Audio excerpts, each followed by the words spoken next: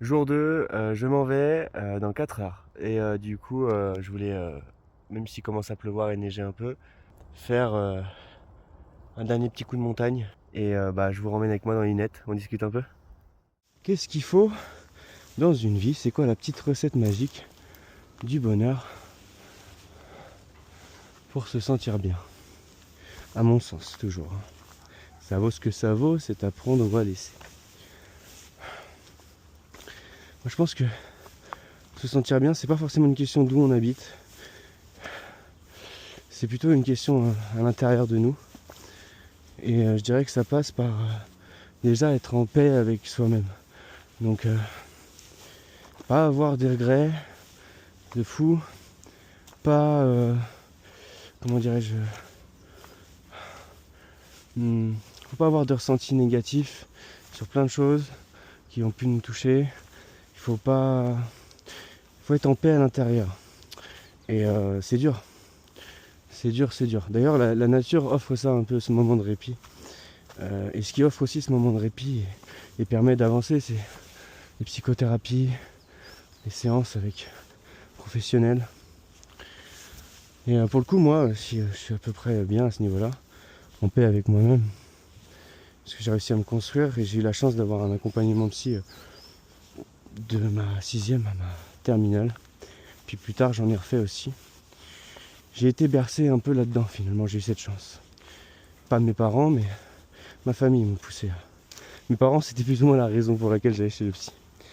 Donc, en gros, si on n'est pas bien à l'intérieur, et essayer de se faire aider pour régler les problèmes qu'on a au fond de nous, ça c'est un premier point. Après, un truc important aussi, c'est l'épanouissement personnel. Les relations qu'on a, est-ce qu'on a des amis, on n'a pas d'amis, est-ce qu'on en a besoin, est-ce qu'on n'en a pas besoin. Généralement, on a besoin d'un minimum d'amis, si je puis dire, au moins un. Parce que sinon, la solitude, ça pèse. On est des êtres de communication, on est des êtres sociaux, on a besoin de ça. Donc si la solitude nous pèse, forcément, on va pas se sentir bien. Donc pareil, solution, essayer de rencontrer des gens à travers différentes choses, le travail, l'associatif, peu importe. Donc oui, je disais, solitude, il y a aussi la solitude, on peut être entouré et se sentir seul à l'intérieur, je dirais la solitude existentielle. Et ça en fait, il faut arriver à trouver des gens avec qui on est en phase, je dirais, intellectuellement, etc. Si vous ressentez une solitude alors que vous êtes accompagné et entouré, c'est que bah, vous n'êtes pas... C'est pas... Il y a un manque en fait intellectuel, émotionnel, avec les gens qui vous entourent. Si vous êtes seul, il faut arriver à avoir le courage de sortir de sa zone de confort et rejoindre des clubs, des associations. Maintenant, il y a des applications, des concepts comme je fais qui peuvent aider à rencontrer du monde. Et il faut surmonter sa peur de l'autre. Et je sais que ça, c'est quelque chose de difficile. Mais ça peut faire que du bien de faire des rencontres. Et si vous sortez pas, très peu de chances que vous fassiez des rencontres. Donc qui ne tente rien à rien. Donc voilà, si la solitude vous ronge, essayez de sortir de votre zone de confort, d'avoir ce courage, et vous remercierez vous-même plus tard. Donc ouais, être en paix avec soi-même, ne pas être tué par la solitude, être bien entouré globalement. Ça, c'est des facteurs pour être heureux.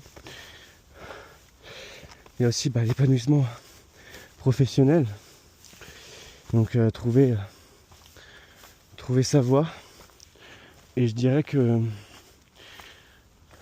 ça, il faut faire quelque chose pour vous qui a du sens. Si vous faites quelque chose qui n'a pas de sens, ça va pas le faire.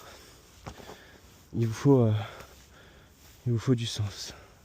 En tout cas, moi, il me faut du sens. Parce que le travail, c'est là où on va passer le plus de temps. Et si on n'aime pas ce qu'on fait, la vie est beaucoup moins belle, beaucoup moins attrayante, n'est-ce pas? Donc, travaillez énormément sur ça aussi. Sur qu'est-ce qui vous fait vibrer.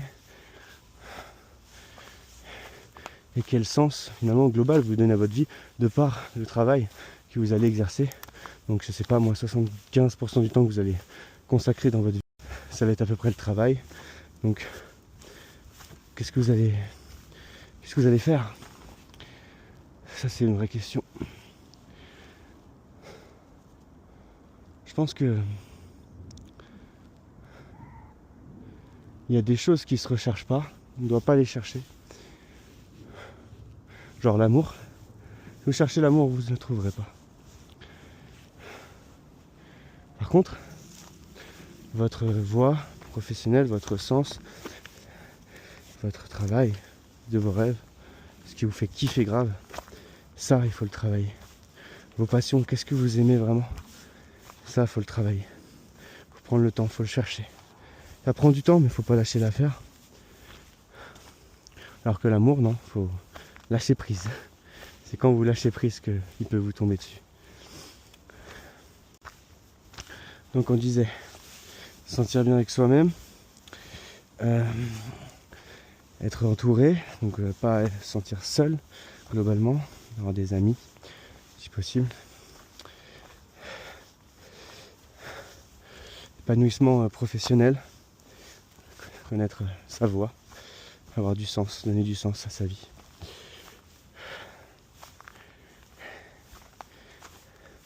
Il y a aussi se connaître. Pareil, ça c'est un travail. Apprendre à se connaître globalement, nos systèmes de fonctionnement. Être toujours dans un questionnement.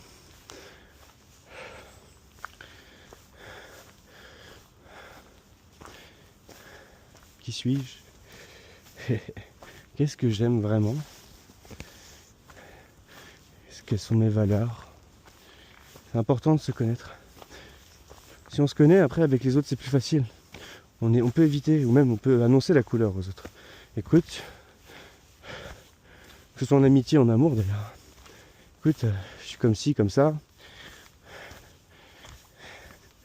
Du coup après c'est, est-ce que tu m'acceptes avec mes défauts et mes qualités? Ou pas?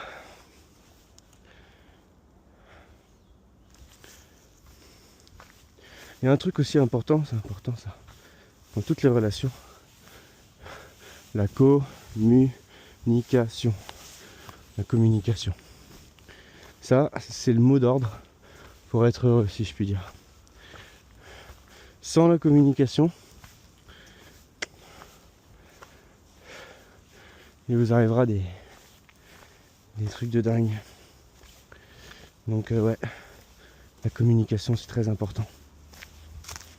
Exprimer ses émotions aussi. Pleurer quand ça va pas. Ne pas retenir en soi les choses. Ça permet d'évacuer.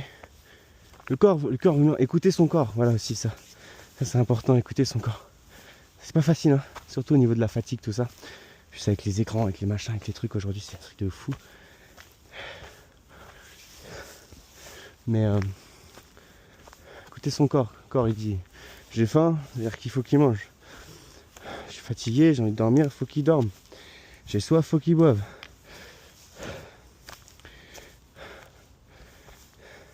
Je commence à déprimer, je suis peut-être en manque de soleil. Ah ouais, c'est vrai, on est en hiver. Et bah ouais. Du coup, il y a des solutions hein, par rapport à ça, petit tips. Hein. La luminothérapie, ça marche bien ça. Ça c'est cool. En fait, on a besoin de... Je crois que c'est la vitamine D. C'est pour ça que l'hiver, on a tous... On appelle ça le blues de l'hiver. Votre corps, il vous dit les choses. Mais bon, après, j'étais le premier de base à pas l'écouter.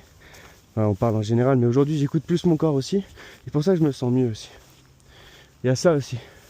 être heureux, essayer de prendre soin de soi. Et donc ça, j'ai fait la vidéo hier, mais prendre soin de soi, ça passe par notamment la nourriture, l'alimentation, c'est de manger un minima équilibré, donc des fruits, des légumes, de la viande, du poisson, sauf si bon, si on est végé, tout ça, c'est autre chose, mais globalement, il faut plein de nutriments dans tous ces trucs-là pour que le corps il se sente bien.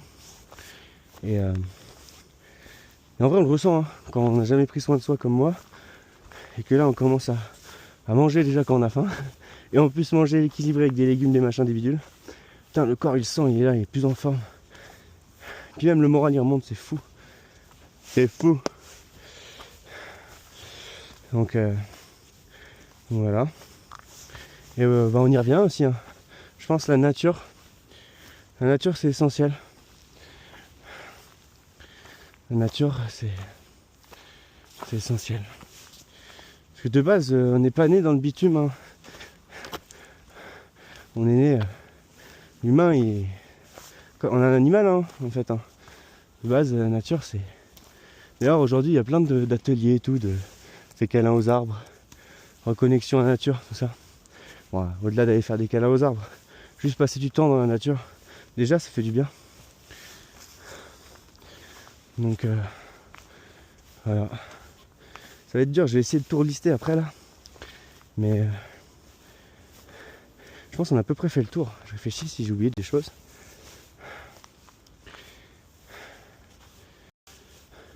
Je crois que j'ai pas parlé de loisirs, de passion, de sport. J'ai pas parlé de sport parce que je fais pas de sport, c'est pour ça. Enfin, je dis ça, je suis en train de monter une montagne. Mais non, de base, je fais pas de sport. Du coup, j'essaye de m'y remettre doucement. Le sport, c'est bon aussi à fond pour se sentir bien dans son corps, avoir un peu de muscle, avoir un peu de machin. Puis c'est con aussi les courbatures, ça. Quand on ressent les courbatures, au début c'est pas agréable, mais au final c'est quand même agréable. Parce qu'il y a un délire de on a fait quelque chose. Et ouais, je pense que c'est une sensation physique qui est bien plus valorisante que par exemple si tu as bossé sur l'ordi, je sais pas moi, tu as fait du graphisme, peu importe, tu as fait un super rendu et tout. Cette sensation, tu es satisfait de ton travail, mais cette sensation de tu as fait un truc sportif, ton corps, donc toi tu es satisfait limite du truc sportif que tu as fait, et même ton corps est satisfait, il va te dire, tu vois. Alors que le graphisme, ton corps il va rien te dire du tout, tu vois. Je sais pas si c'est un exemple comme ça. Hein. J'ai rien contre les graphismes, moi d'ailleurs j'adore ça, faire du graphisme. Je peux y passer des heures et des heures. Donc ouais, sinon je disais les loisirs, que ce soit en fait il faut regarder votre profil. Vous avez plutôt un profil artistique, profil sportif. En fait il faut faire des choses qui nous plaisent. Et en fonction de voilà, profil quasi artistique, c'est créatif. Si vous êtes créatif, il faut faire des trucs en lien avec la création. Donc même le graphisme par exemple ça rentre dedans. En fait il faut exploiter votre potentiel. Tout le monde a un certain potentiel, certaines aptitudes, qu'importe. Et il faut arriver à le trouver. Et après, essayer de l'exploiter. Et trouver comment l'exploiter. En solo ou en groupe. Hein. C'est pareil, je parlais de la solitude tout à l'heure. Mais la solitude, c'est vachement bon en fait. Aussi. Hein. Sauf quand elle est subie. Mais on a tous besoin du temps pour nous. Pour nous ressourcer. Surtout qu'aujourd'hui, tout va trop vite. Les téléphones, tout ça. Les mails. Les WhatsApp, les Facebook, les TikTok, les Instagram. Les X, les tout. On a besoin de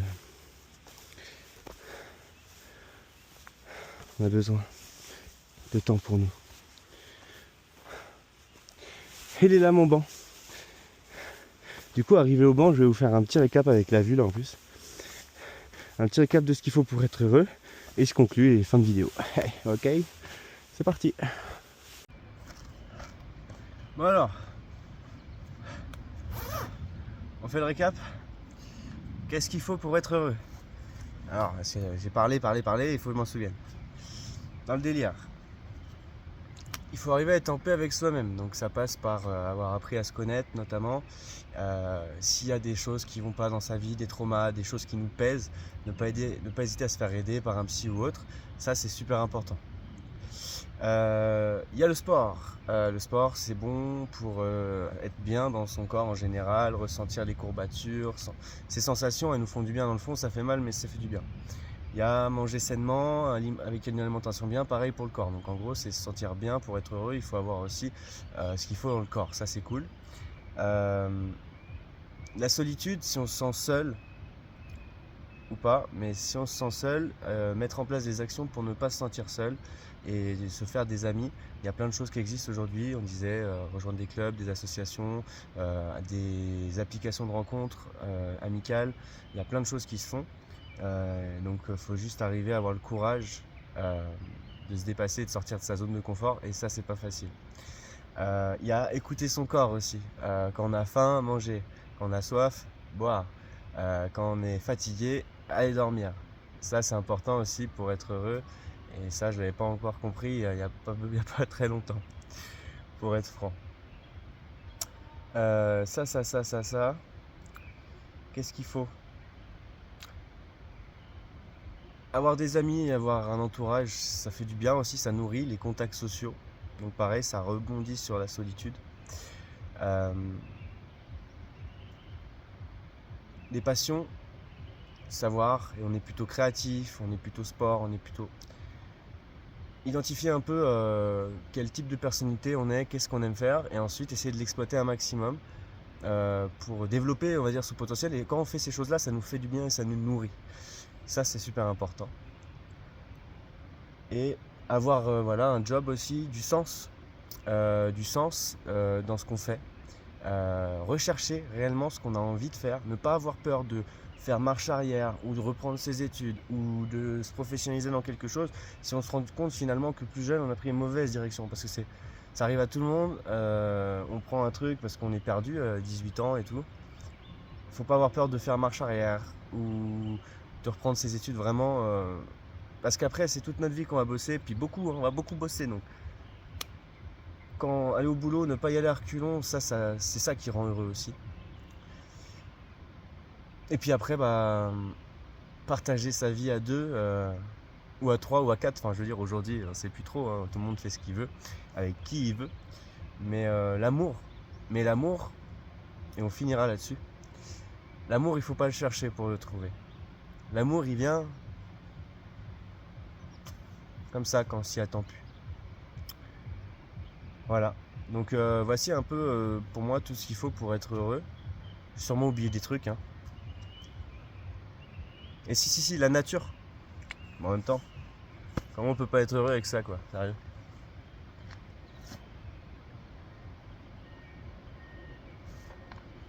Et donc je disais, c'est peut-être en ce moment, c'est peut-être la meilleure période de ma vie où je suis le plus heureux. Parce que globalement, j'ai réuni à peu près tout ça. Voilà. Donc je vous parle en connaissance de cause. D'un mec qui prenait pas soin de lui et qui, il y a peu, était très très malheureux au fond du trou. D'un mec qui a eu une enfance compliquée, un parcours compliqué, une perte de sens, ne savait pas ce qu'il allait faire dans l'avenir, qui savait pas qu'il fallait faire des études après le bac, qui a surmonté des deuils, qui a vécu voilà, des trucs de violence, d'irrespect, voilà, plein de choses, qui a eu des grosses peines de cœur, mais qui est heureux aujourd'hui. Donc, il y a toujours de l'espoir. Et on finit avec cette petite phrase: tant qu'il y a de la vie, il y a de l'espoir. Donc, continuez d'espérer et donnez tout pour arriver à être heureux. Parce que finalement, il n'y a que ça d'important. Être heureux. Prenez soin de vous. Gros bisous.